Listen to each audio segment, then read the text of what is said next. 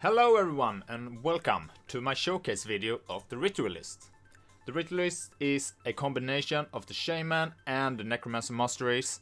There is a lot of combinations that you can do. You can choose to go a melee, a caster, or a summoner, or a hybrid of everything. The main damage type that you are going to do is physical, vitality, acid poison, or lightning. For me, I've always been more of the summoner type of player, so I will mostly focus on that, but I will give you guys some other alternatives as well. Okay, so let's start to talk a little bit about how I used to do leveling for this character.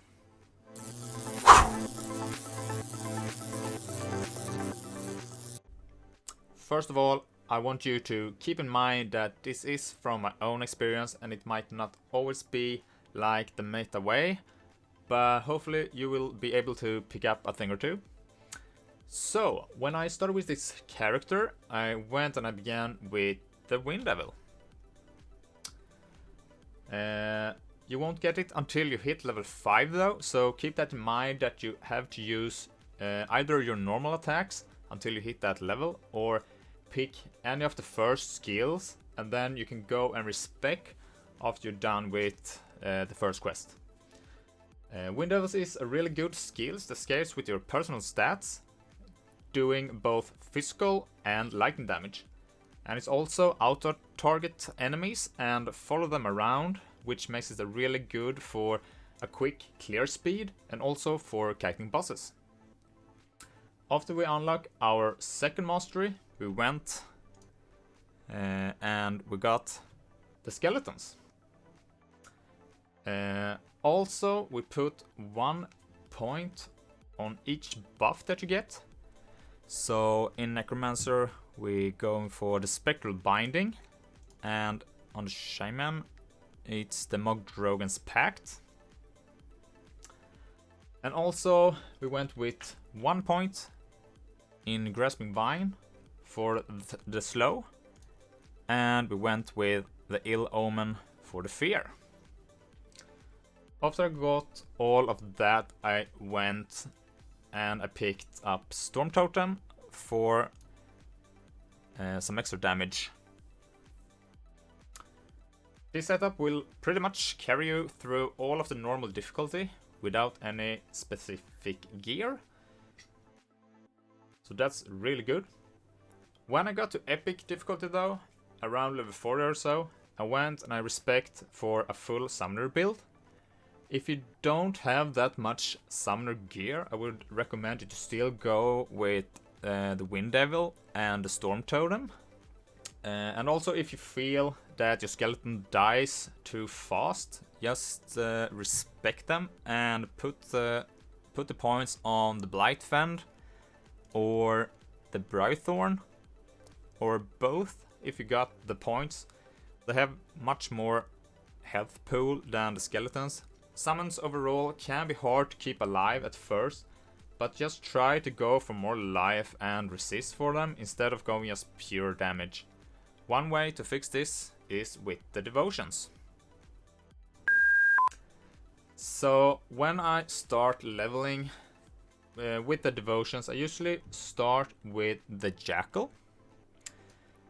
And we go here, and then we go for a Lizard, the Sailor's Guide, the Eel, and the Lion. And the reason we pick these 5 is that you get movement speed from them, and also some life. So in total you get 26 more movement speed. That is really huge at the start. And after that I will start looking for one of the bigger ones. So for example, let's take this Tree of Life that we went with. And here you can see that we need 7 yellow ones and 20 blue ones to unlock this one. And from there we just try to get what we need to get there, pretty much. I will put a link down below in the description if you like to maybe mess around with the devotion system and start to plan ahead before you start playing.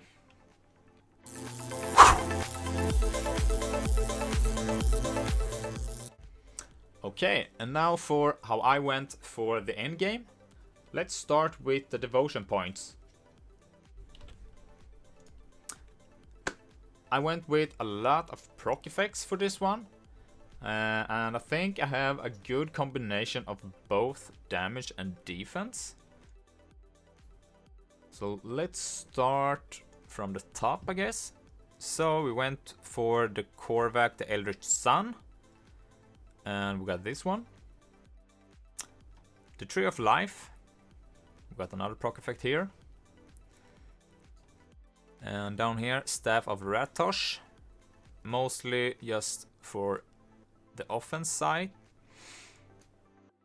And the Lotus, the Panther, the Eel, the Sailor's Guy, the Lizard, the Jackal, and we got Lion. Down here we have Eye of the Guardian with another proc.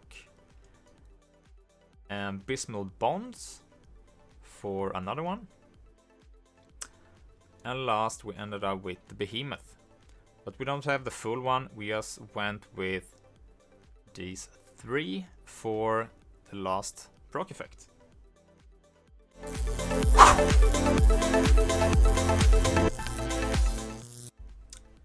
Moving on to the skills. Let's start with the Shaman. So we put 1 point on Devouring Swarm, and I will get more into that later. 1 point in Grasping Vines for the slow. All our point on Brightthorn. 1 point in Ground Slam. And all our points in Emboldening Presence. All our points on Magdrogan's Pact. And I put our remainder points here just for the percentage health.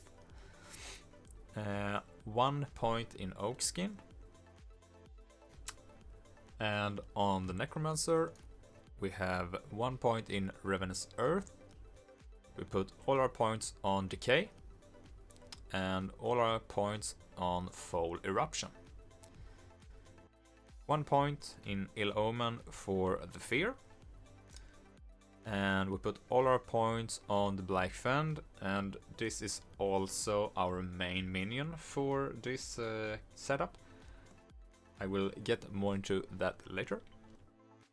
And all our points of Rotting Fume, all our points in Blight Burst, all our points in Master of Death, and we put all our points in Spectral Binding, and we put some of our points on Spectral Wrath just to get our resists up. And all our points on Call of the Grave. So you can put, like, you can remove here if you don't really need resist, and maybe put them in here for more health, or even here for some other kind of resist. It's up to you. And from Ravenous Earth,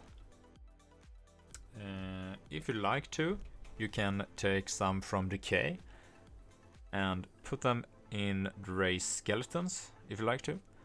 I personally do not like that combination, because they are just going to die really quick. So we'll have to resummon them all the time. So instead I went with Decay for reduced damage. And also just going into a little bit more detail why we're using Ravenous Earth. So it's mostly for this one, for Foul Eruption, because it makes so that our targets get reduced resist, which equals to our minions just doing more damage.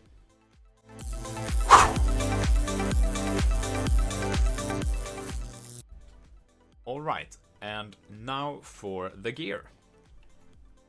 let's start with the set piece that I'm using. It's called the Ghol's Malice.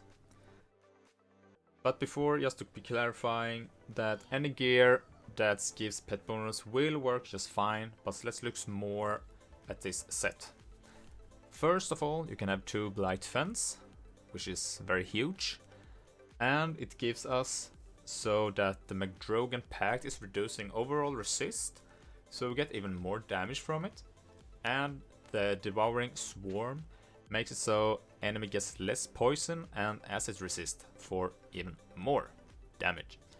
And that is why we got 1 point in Devouring Swarm, just so we can apply that debuff. Okay, let's move on. For the legs, Wildsworn's leg guards. Our weapon is the Blightstone Invoker. The ring Grieg Venom Seal. Corruptor's Mask. Yoggul's Itcher. Sovereign's Ruby of Domination, and this is also a really huge one because it gives us that buff for 300% of all damage and even more juicier stuff. Our offhand that we are using is called the Reaper of the Accursed, and we continue with the Gold Mantle, the Ghol's Reach, and for the boots, Fine Flesh Greaves. And for the mark is also Ghol. Our belt, Acolyte's Cord. And we are using the Savage Relic. That is a very common one to start with for all our summoners.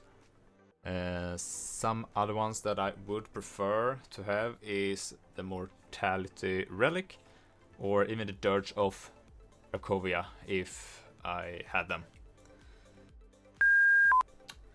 I would also like to add some other set pieces that you can go with if you would like to go for another playstyle. For example, the Uruburuk's Gaze for a more caster type of a playstyle, or maybe using the Veilkeeper set to make an hybrid with melee using a Necrotic Edge, and caster with Wind Devils and Totems.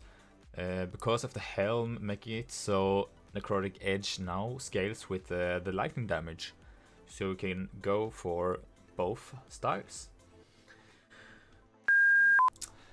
And just before we end up this video with some actual gameplay, I would like to thank you all for watching and that you have endured my rough Scandinavian accent through this whole video. I hope you learned something, and if you would be so kind and consider to press that like button, or not, and maybe even going crazy subscribing to the channel. Comment down below what your thoughts were about this video and also what classes you would like to see in the next one. Until then, bye!